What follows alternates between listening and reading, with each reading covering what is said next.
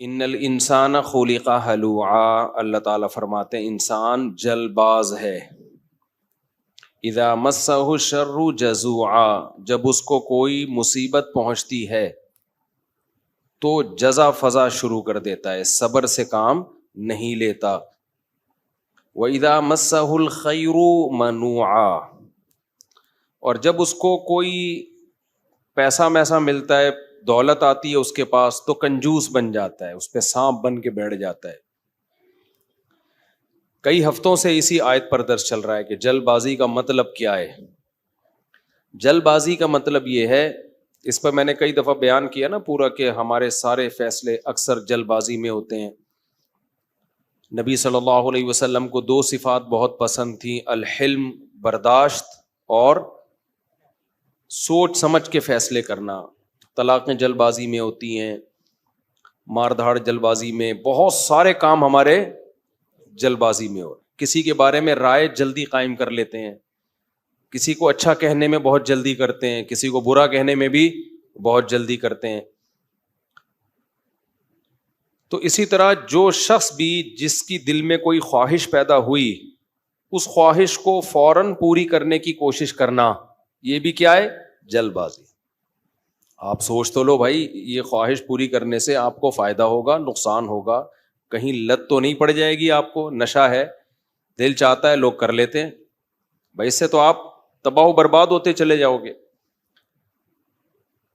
تو جو خواہشات کا غلام ہوتا ہے وہ جلد باز ہوتا ہے، اور جو مستقبل سامنے رکھ کے زندگی گزارتے ہیں ان کی طبیعت میں جلد بازی نہیں ہوتی، ہمیشہ وہ کامیاب ہوتے ہیں.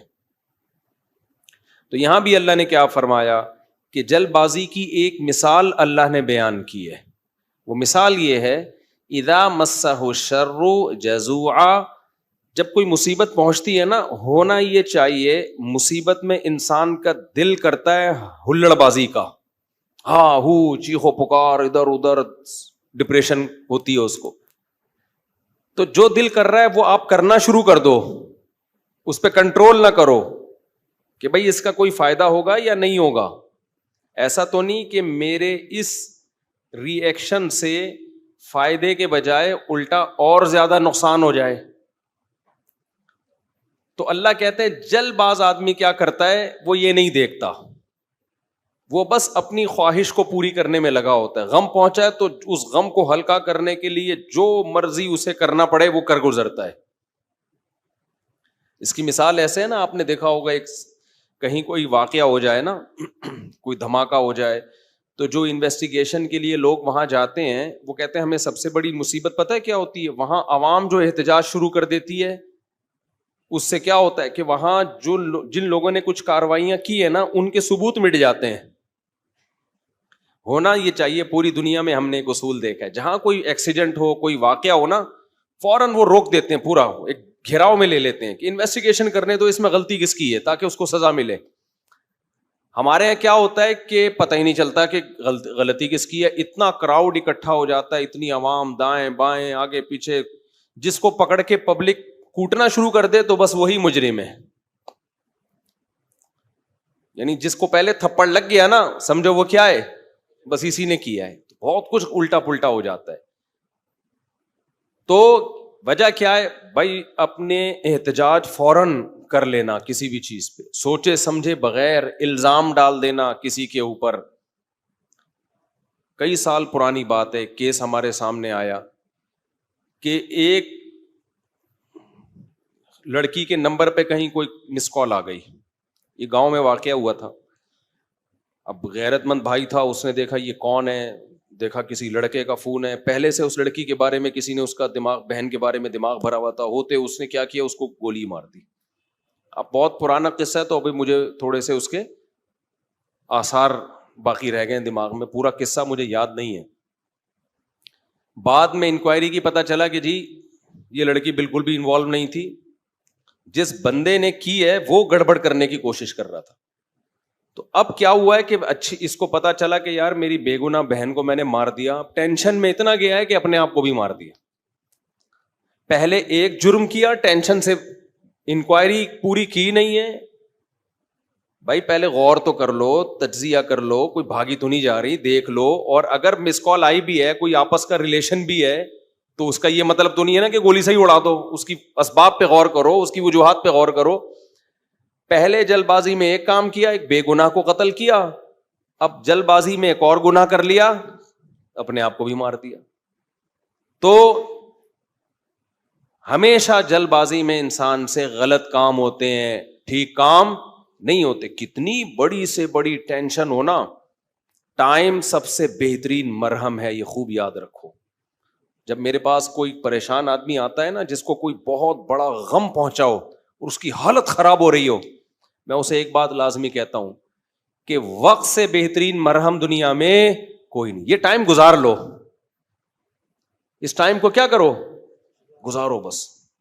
جیسے جیسے ٹائم گزرے گا نا, حالات اپنے آپ کو خود ہی ایڈجسٹ کرتے چلے جائیں گے. یہ اللہ نے انسان کے باڈی میں ایسی ایک لچک رکھی ہے. میں نے ایک ڈاکٹر صاحب سے پوچھا, ڈاکٹر صاحب اب پین کلر ایجاد ہو گیا ہے, درد ہوتا ہے, لوگ ٹیکا لگاتے ہیں, پہلے زمانے میں کیا ہوتا تھا؟ داڑھ کے درد کی تکلیف کتنی زیادہ ہوتی ہے نا, داڑھ کا درد ہو رہا ہو, اب تو پین کلر کھا لیتے ہیں لوگ. تو کیا کرتے تھے, 2-4 دن کے بعد تو مرنے لگتے ہوں گے. انہوں نے کہا اللہ نے ایسا سسٹم بنایا ہے, پین جب زیادہ عرصہ چلتا ہے نا, باڈی یا تو وہ خود ہی باڈی اس کو کم کر دیتی ہے, یا وہ فیل ہونا کم ہو جاتا ہے. تو اللہ بھی تو ہے نا, اللہ کے میاں کا بھی تو ایک سسٹم ہے بنایا ہوا. جیل میں جو لوگ قید میں چلے جاتے ہیں, لمبے لمبے عرصے قید رہتے ہیں, جب وہ چھوٹ کے آتے ہیں بتاتے ہیں کہ شروع میں ہم 2-3 دن خودکشی کے خیال آتے تھے اس کوٹری میں, یار کیسے نکلیں گے, کہاں جا کے سر ماریں. کہہ رہے ہیں 1 ہفتہ 2 ہفتہ 3 ہفتہ 4 ہفتہ, اس کے بعد یوز ٹو. کیا ہو گئے؟ ایک آدمی 4 سال جیل میں رہ کے آیا, 4 سال. کہتا ہے 4 سال میں نے دھوپ, اچھا بھلا آدمی بھی بہادر آباد اور ڈیفینس کا جو لگژری لائف اسٹائل میں ٹائم گزارا. میں نام نہیں بتاؤں گا, بدنام ہو جائے گا بیچارہ, ایسا نہ ہو مزید کوئی رشتہ ہی نہ دے اس کو. مدیز اس لیے کہ شادی شدہ ہے, خیر اس وقت کمارا تھا وہ. تو وہ کسی شبہ میں اٹھا کے لے گئے اس کو. اچھا بھلا ڈیفینس یا بہادر آباد کا لڑکا تھا. بہادر آباد بھی اچھا ایک ایسا علاقہ ہے, لگژری لائف اسٹائل میں پلا, زیادہ ٹائم اس کا یورپ اور یعنی یورپ میں گزرا ہے. کسی شبہ میں اٹھا لیا اس کو. 4 سال اس نے دھوپ نہیں دیکھی. کہہ رہے میں جب اندر گیا ہوں نا, ایک پپو فیملی کا, برگر فیملی کا بچہ اندر گیا تو کیا حال, لیکن کچھ چیزیں سنی بھی تھیں, علماء کی تقریریں, کچھ صبر سے متعلق, کچھ ایک کہ بھائی جب مصیبت اللہ کی طرف سے آتی ہے اس میں اجر اللہ کی طرف سے. بھائی قصور تو نہیں تھا اس کا, اب یہ تو اللہ کی طرف سے مصیبت ہے. نبی صلی اللہ علیہ وسلم نے فرمایا ایک کانٹا بھی چبھتا ہے نا, اس پہ بھی اجر ملتا ہے. اللہ تھوڑی غافل ہے, ہر چیز آزمائش ہے ہمارے لیے. خوب سمجھ لو, اتفاق سے کچھ بھی نہیں ہو رہا. یہ جو ہم سمجھتے ہیں نا بائی چانس ایسا ہو گیا ہے, یہ ہمیں دیکھنے میں ایسا لگ رہا ہوتا ہے, ورنہ بائی چانس کچھ بھی نہیں ہوتا. جو کچھ ہو رہا ہے اللہ کے ارادے سے ہو رہا ہے. خوشی بھی پہنچ رہی ہے اللہ کے ارادے سے, غم بھی پہنچ رہا ہے اللہ کے ارادے سے. تو نبی نے فرمایا کہ جس کو خوشی پہنچتی ہے نا مسلمان کو, کافر کو خوشی پہنچتی ہے کہتے بائی چانس, یہ ہو گئے میری لک ہے, وہ لک کہتا ہے اس کو, لک ہے. ایک دفعہ میں ایک ڈاکومنٹری دیکھ رہا تھا, یہ جو کروڑوں اسپم ہوتے ہیں نا جو ماں کے رحم میں جاتے ہیں, جن میں سے ایک کو اللہ سلیکٹ کرتے ہیں انسان بنانے کے لیے.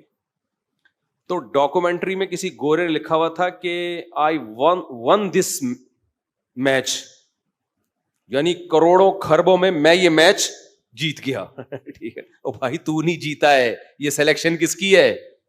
اللہ کی ہے. وہ کہہ رہے ہیں بھی بائی چانس ہو گیا کہ میں پیدا ہو گیا. بائی چانس کوئی بھی نہیں ہوتا, سب کس کا ارادے سے ہو رہا ہے؟ اللہ کے. اللہ نے تجھے پیدا کرنے کے لیے کمبخت سلیکٹ کیا ہے, اور اللہ پھر کہہ رہے ہیں نحن خلقناکم, ہم نے تمہیں پیدا کیا, ہمارا احسان ہے, تو اب اس احسان کا بدلہ دو. تو جہاں آپ یہ کہیں گے نا اتفاق سے ایسا ہو رہا ہے, وہاں خوشی پہ اتراؤ گے بھی اور غموں پہ ٹینشن میں بھی آؤ گے. یار کیوں ہو گیا میرے ساتھ؟ اچھا ہٹلر کتنا روتا رہتا آخری عمر تک, تبھی پھر وہ خودکشی کر لی اس نے کہ یار 1 ہفتہ پہلے میں رشیا پہ اٹیک کر دیتا, ہاں یار کتنی بڑی غلطی ہوئی ہے مجھ سے. وہ کہتے ہیں ایک ہفتہ پہلے اٹیک کر دیتے نا تو رشیا کا نقشہ کچھ اور ہوتا. وہ ایک ہفتہ رہ گیا, پتہ نہیں پولینڈ ولینڈ کے کس کے چکر میں رہ گیا, تو وہ رشیا نے اٹیک کر کے اس کی ایسی کی تیسی کر دی. تو روتا رہتا تھا وہ. ابے روتا رہتا نہیں, تو نے جو کچھ حرکتیں کی ہیں تو اللہ نے تجھے کیا دیا اس کا بدلہ. خیر, تو توبہ کر لیتا. مسلمان ہوتا تو کیا کہتا, یار اللہ کی طرف سے چپت لگ گئی ہے میرے, اب توبہ استغفار کر لو. اور توبہ ایسی خاندانی چیز ہے یار, کچھ بھی ہو جائے. ہٹلر مسلمان ہوتا, کہتا میں نے ہزاروں لاکھوں انسانوں کو قتل کر دیا, بند کمرے میں جا کے گڑ گڑا لیتا اللہ سے, معاف کر دے اللہ. دنیا کو نہیں پتا چلتا, اللہ کیا کر دیتا, معاف. لیکن چونکہ کافر تھا تو کیا ہوا ہے, اس نے قوم کا مجرم تھا وہ, اس نے کہا کیا کر سکتے ہیں, اس کو پتا تھا پبلک نہیں چھوڑے گی, تو اٹھا کر کے مارکیٹ سے اپنے آپ کو شارٹ کر لیا. انجام بھی برا, زندگی بھی بری. مسلمان کی زندگی بری ہو, کم از کم انجام اچھا اس کے اختیار میں ہوتا ہے. یار اللہ کو منا لو. اللہ کہتا ہے 100 انسانوں کے قاتل کو بھی میں بخش دوں گا. خیر میں وہ واقعہ سنا دوں میں. تو وہ کیا ہوا ہے کہ وہ بہادر آباد کا پپو بچہ جو ہے نا, کہاں چلا گیا, جیل میں. اب علماء سے اس کا تعلق تھا, ماشاءاللہ داڑھی بھی رکھی ہوئی تھی اس نے, کہ یار اب یہ غم کس کی طرف سے ہوتے ہیں, اللہ کی طرف سے. تو مجھے اپنا قصہ سنا. میں نے کہا یار 4 سال میں تو دھوپ میں نا ایک دن نہ بیٹھوں, میں ڈپریشن میں جانا شروع ہو جاتا ہوں. یہ جو بند کمروں میں لوگ سارا دن بیٹھے رہتے ہیں, پتہ نہیں کیسے. ہم نیچر سے جس کو بھی محبت ہوگی نا, وہ دھوپ نہیں چھوڑ سکتا بھائی. بکریاں مرغی انڈے نہیں چھوڑ سکتا, دھوپ نہیں چھوڑ سکتا. وہ بکریاں مرغی تو چلو زیادہ ہو گیا, لیکن دھوپ نہیں چھوڑ سکتا وہ. تو میں نے کہا 4 سال اب کیسے بند کمرے میں رہے ہیں, اور بھی قیدی تھے. کہہ رہے میں 2-3 دن تو ٹینشن میں رہا. پھر میں نے کہا اچھا یہ بھی نہیں پتا کہ نکلیں گے کبھی یہاں سے. یہ پتا ہو نا, آدمی کہتا ہے چلو 4 سال میں دن گننا شروع کر دو. یہ بھی نہیں پتا نکلیں گے ہی بھی نہیں نکلیں گے.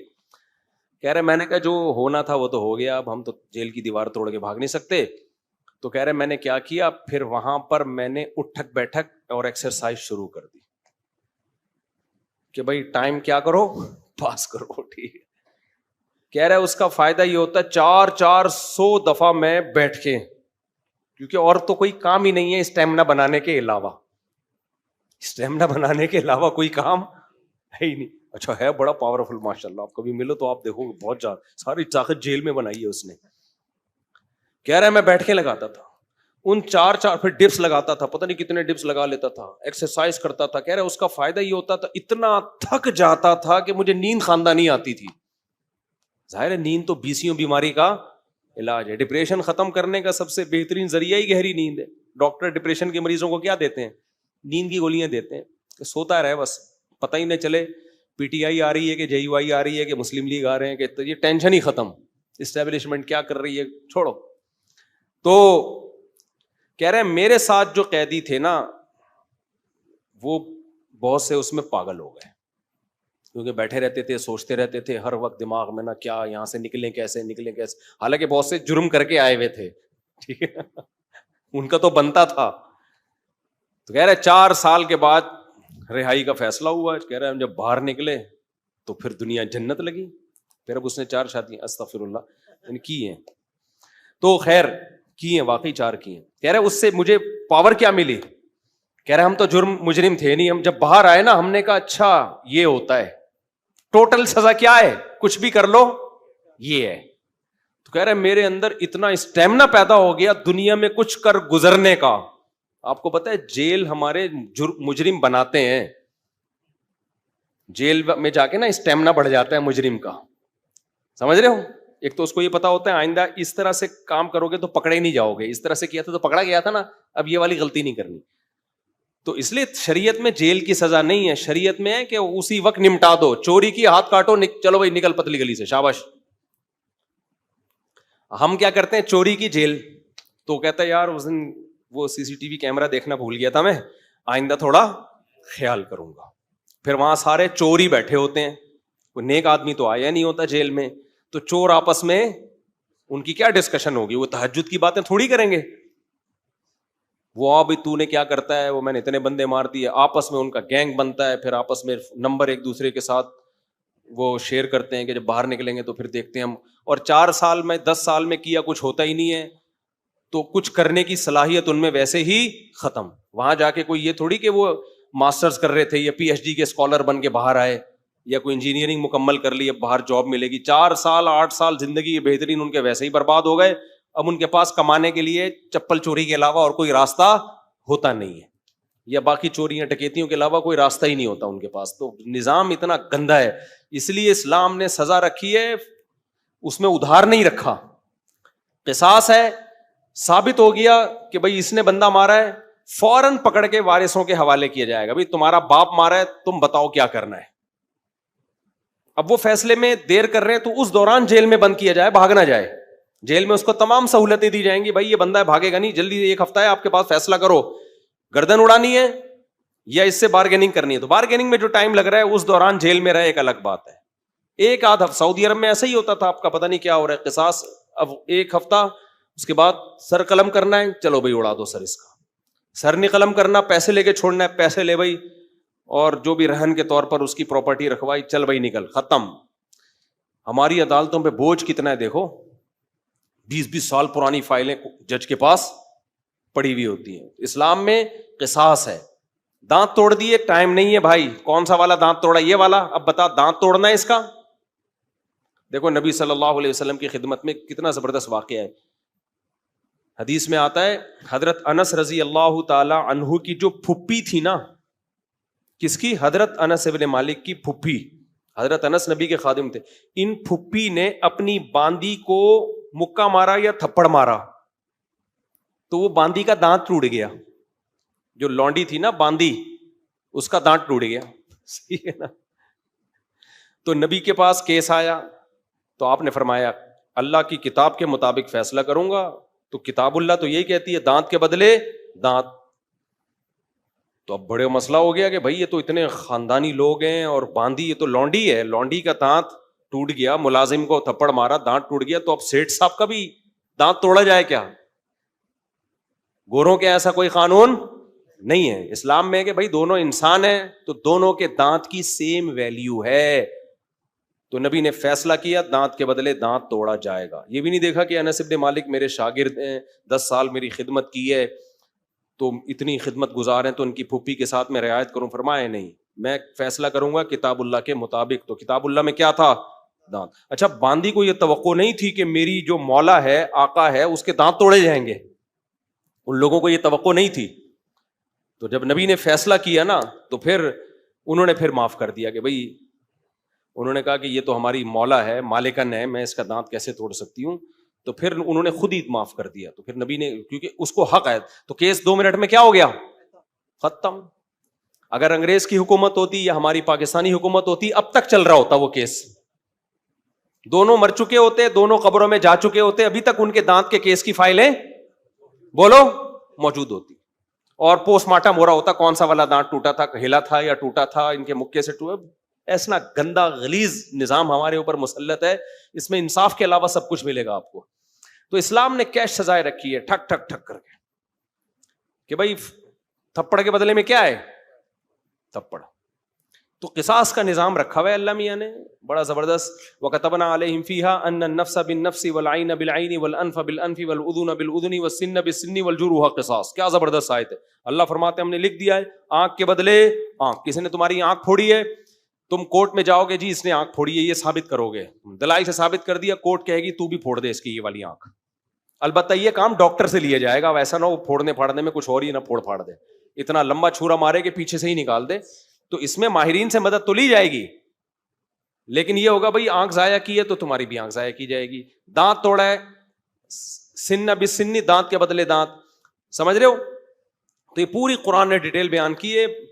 یہ ہوتا ہے انصاف, اٹ از کالڈ انصاف.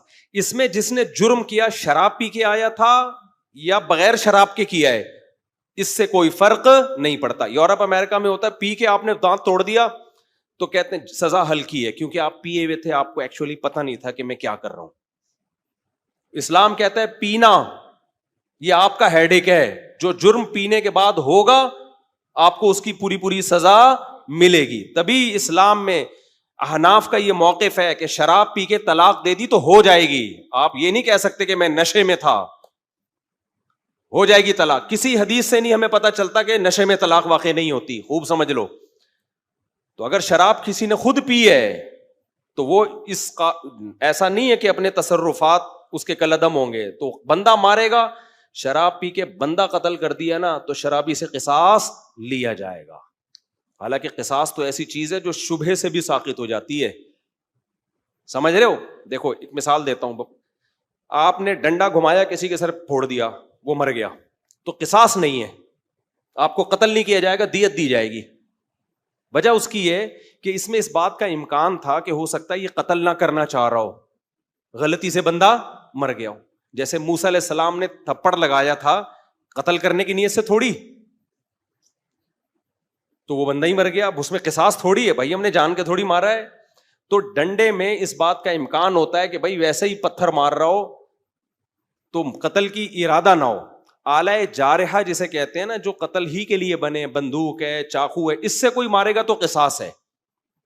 سمجھتے ہو کہ نہیں سمجھتے؟ ہاں, ڈنڈے سے کسی نے مارا اور دلائل سے پتا چل گیا کہ اس کی نیت ہی قتل کرنے کی تھی, وہ ایک الگ بات ہے. لیکن نارملی جو ہے نا, جب قتل کے لیے آلہ جارحہ کا ہونا ضروری ہے. اب مسئلہ یہ ہے, میں بات ہی پتہ نہیں بھول گیا جو بتانا چاہ رہا تھا. یہ میں نے ڈنڈے والی مثال کیوں دی ہے.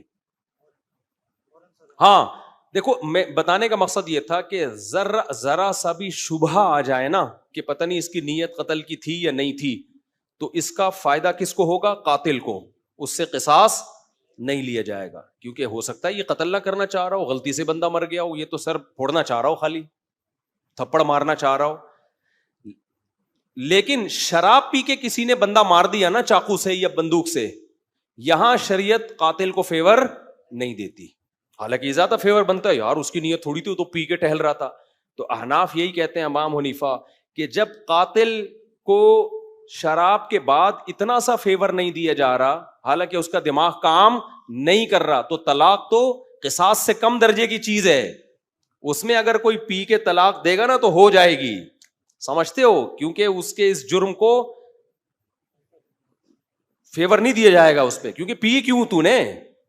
وہ کہہ سکتا ہے نا میں تو پی ہوئی تھی تو مجھے کیا پتا, پینے سے پہلے تو تجھے پتا تھا نا, پینے کے بعد کچھ بھی ہو سکتا ہے, بندہ بھی مر سکتا ہے, بیوی کو ڈیورس بھی ہو سکتی ہے. یا ایک مشہور سوال ہے کہ پی اس نے, سزا بیوی کو کیوں دے رہے ہو. تو طلاق میں شریعت نے مرد کے تصرف کا اعتبار کیا ہے, اس میں عورت کی پوزیشن کو نہیں دیکھا ہے کہ وہ مظلوم تھی یا ظالم تھی. مرد کی, کیونکہ طلاق کہتے ہیں مرد کی ملکیت سے چیز کا نکلنا, اس میں شریعت نے یہ سمجھا نقصان مرد کا زیادہ ہو رہا ہے. سمجھتے ہو کہ نہیں سمجھتے ہو؟ تو اب یہاں پر بھی یہی ہے کہ اگر کوئی بلا وجہ بیوی کو طلاق دے دے تو بھی تو عورت کا کیا قصور ہے, لیکن پھر بھی ہو جائے گی. تو ہم کہتے ہیں شراب پی کے دے رہا ہے تو بطریقے اولا ہوگی. تو آج کل بہت زیادہ ہو رہا ہے, اور پھر لوگ فتوے دائیں بائیں سے لے آتے ہیں کہ جی وہ فلاں نے, سعودیہ کے مفتی نے فتویٰ دیا ہے طلاق نہیں ہوئی چونکہ پی ہوئی تھی, فلاں نے فتویٰ دیا. آج کیا ہوا ہے, ایک آدمی نے کھڑے کھڑے بیوی کو 6 طلاقیں دی ہیں, سب نے یہاں کے مدارس نے فتویٰ دیا, طلاقیں ہو گئی ہیں. سعودیہ کے کسی مفتی سے لائیو ویڈیو کال پہ بات کی, اس مفتی نے بولا کہ میں کسی فقہ شقہ کو نہیں مانتا, کوئی طلاق نہیں ہے. تو میں نے کہا یہی اس کے جاہل ہونے کی دلیل ہے کہ 1400 سال سے جو اسلامی قانون مرتب ہوا ہوا آ رہا ہے, اس جاہل آدمی کو وہ پتہ نہیں ہے, اور یہ اٹھ کے آیا ہے اسلام سکھانے کے لیے. تو یہ جو کہتے ہیں نا فقہ شقہ نہیں مانتا, اس کا مطلب ہوتا ہے سارے گھاس کھا رہے تھے, ہم اکیلے آئے ہیں دنیا میں جو اب قرآن و سنت کو ہم نے سمجھا ہے. خیر, تو کہاں سے کہاں بات چلی گئی, بہت اسپیڈ مار رہا ہوں آج میں. ہاں, بہادر آباد سے پھر وہ جیل سے نکلے. ہاں, تو یہ میں عرض کر رہا تھا کہ اسلام کا نظام کتنا بہتر ہے یار. زنا کیا ہے 100 کوڑے مارو, چھوڑ دو بس اس کو, پھر ملامت نہ کرو اس کو. شادی شدہ نے زنا کیا, رجم کرو, قصہ ختم, چلو بھائی. کمارے نے زنا کیا, 100 کوڑے دونوں کو چترول لگاؤ اور چھوڑ دو ان کو. کسی نے زنا کی غلط تہمت لگا دی, 80 کوڑے لگاؤ, چھوڑ دو, چل بھائی. کیس نہیں ہے لمبے لمبے, سمجھتے ہو کہ نہیں سمجھتے ہو؟ تو لمبے لمبے کیس نہیں ہے. تو ہمارے یہاں تو بہت ہی گندا نظام چل رہا ہے یار, اللہ بچا کے رکھیے, جیلوں سے اللہ بچائے. جیلوں میں خارش کی بیماریاں لگتی ہیں, پتہ ہے آپ کو, ایک دوسرے کی پھوڑے پھنسیاں ٹرانسفر ہو رہے ہوتے ہیں. گندگی کا ایک نظام ہے, بہت ہی گندا نظام ہے جیلوں کا. تو وہ صاحب جیل میں 4 سال جب کاٹ کر آئے تو کہہ رہے ہیں میں اتنا کانفیڈنس پیدا ہو گیا. لیکن چونکہ بندہ 2 نمبر نہیں تھا, جب 2 نمبر نہیں تھا تو برائیوں کی طرف نہیں گیا, اچھائیوں میں کانفیڈنس پیدا ہو گیا. تو اچھائی آپ کو پتا ہے, جس نے میرے بیان سنے ہو, ایک اچھائی تو اس کو پتہ ہی ہوتی ہے کہ شادیاں میں نے 4 کرنی ہے. تو کہہ رہا میں جیل سے باہر نکلا نا, بیانات میرے سنے میں تھے, کہتا ہے میں نے سوچا کہ اب کسی کا باپ میرے کو روک کے دکھائے 4 شادیوں سے, کیونکہ اتنی ٹینشن جیل میں, کہہ رہے میں نے اٹھا لی ہے کہ اب ٹینشن میرے لیے مسئلہ نہیں, کیونکہ دوسری میں آدمی ٹینشن کی وجہ سے نہیں کرتا نا, کہہ رہے ٹینشن کی ایسی کی تیسی. دیکھو اس نے صبر کیا نا تو یہ جیل اس کے حق میں کیا ہو گیا, مفید. اگر صبر نہ کرتا, جلد بازی والا کام کرتا, جیل میں بیٹھا رہتا, یہ کیا ہو رہا ہے میرے ساتھ, میں نے تو کوئی ایسا گناہ نہیں کیا, اللہ کو میں ہی ملا تھا.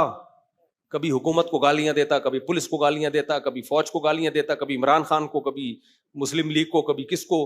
ان پہ کچھ بھی اثر جو بھی نہیں رینگتی ان کے اوپر.